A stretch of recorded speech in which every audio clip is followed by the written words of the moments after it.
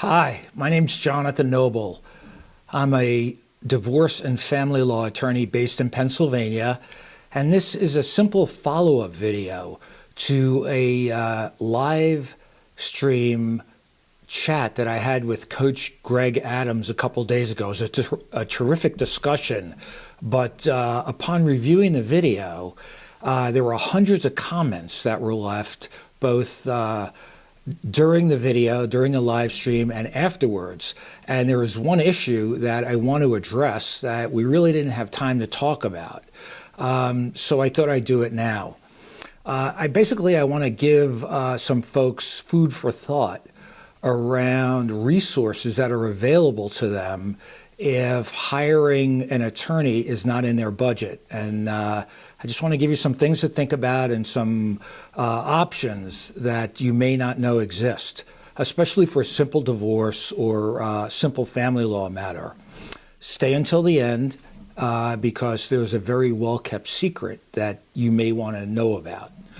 First of all, consider legal aid as a possibility. Some jurisdictions, and all jurisdictions differ, but some have legal aid offices that will help litigants, family law litigants, with simple divorce cases.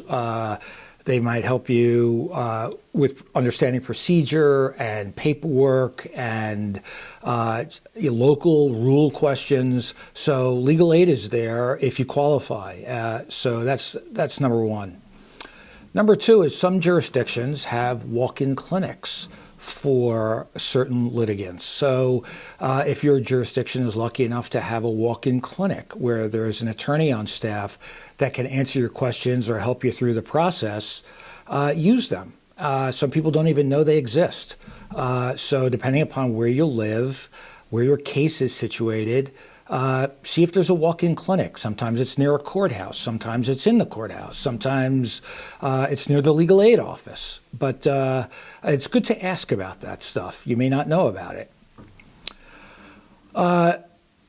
It's not commonly known that sometimes there's self-help information on a courthouse website. So again, depending upon your jurisdiction, take a look at the courthouse website. See if there's a family law section that can give you the forms or instructions on how to proceed, how to serve the other side, what you need if you're going to file a custody petition. That's usually a good place to start. So do a little research. It sometimes can go a long way in answering your questions, and there's some pretty good information out there on courthouse websites. Here's an area that you may need to think about or should think about if you don't have the budget to hire an experienced family law attorney. Many law schools have third-year clinics in family law, and several jurisdictions will allow a third-year law student who has not yet graduated from law school and passed the bar exam to represent certain litigants in certain legal matters.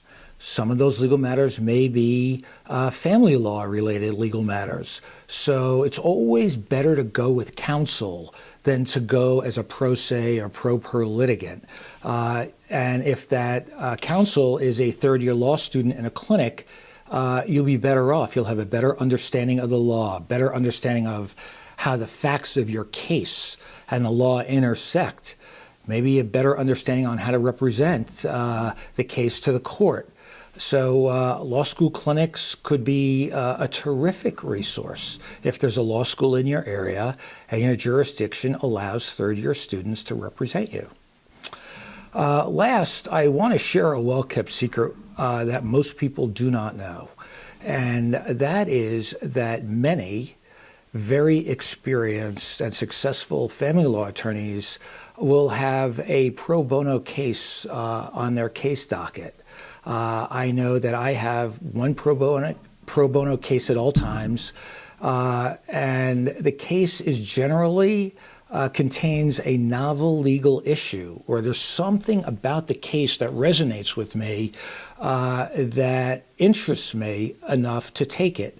A few years ago, for example, I took a case that involved a convicted felon who was on parole, who wanted custody of his 10-year-old son.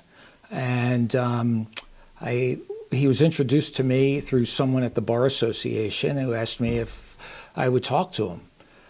So after speaking to him several times, I took his case as a pro bono case. And after a custody trial that lasted several days, the court awarded him significant physical custody, unsupervised custody, of his 10-year-old son. He posed absolutely no danger whatsoever to his own child, and there was no reason for him to be supervised.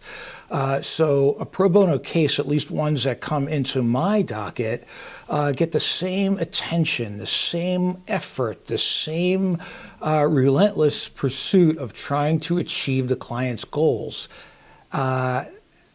And many experienced family law attorneys will take a pro bono case. They're very complicated, usually very time-consuming, but they resonate with the attorney. And that's something that you may want to consider. You don't shy away from a well-known or experienced family law attorney because they may not be in your budget. It doesn't hurt to ask. So I hope this helps, and I wish you the best.